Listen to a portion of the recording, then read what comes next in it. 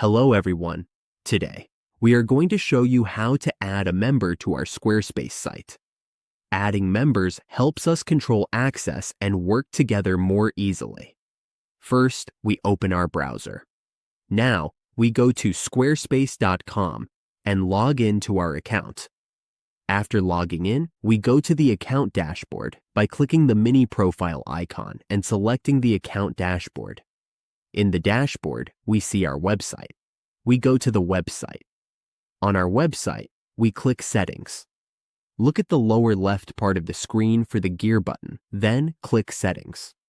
Next, we go to Permissions and Ownership. Click on this option. Here, we can add a basic author or invite a contributor. We can choose to add either or both, depending on what we need. If we select Invite Contributor, we click Continue.